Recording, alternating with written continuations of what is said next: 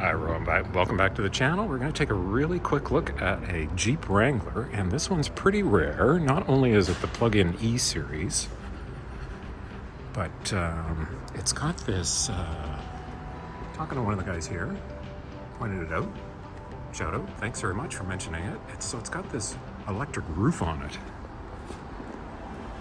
and it's also a plug-in hybrid. Let me see if I can demo it for you guys. I'm not sure if how this works, but let's take a look.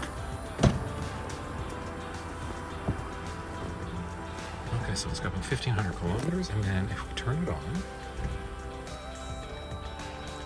and then okay, so here's the button, and then you can see the roof, eh? And if we look at that, there we go. Okay, so.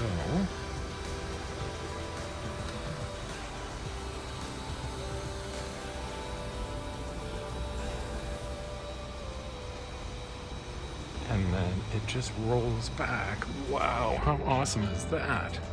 So much easier than taking out the Freedom tops, and you got open space in the back. These are, typically they're loaded up here, so it probably has the subwoofer and the Alpine stereo. It'll have Apple CarPlay, and yeah, I'm not really familiar with how the plug-in hybrid ones work, but this so here's the plug, and I had this open a little bit earlier. Oh, there you go, you just push, yeah, and then you got the plug in here. And then, you know, if I stand on the side, you can see the yeah, so look at this, eh? And then you got all this open space. You got the two speakers there. And then in the back, it's got tinted windows on the back too. Really like this gray and black is nice.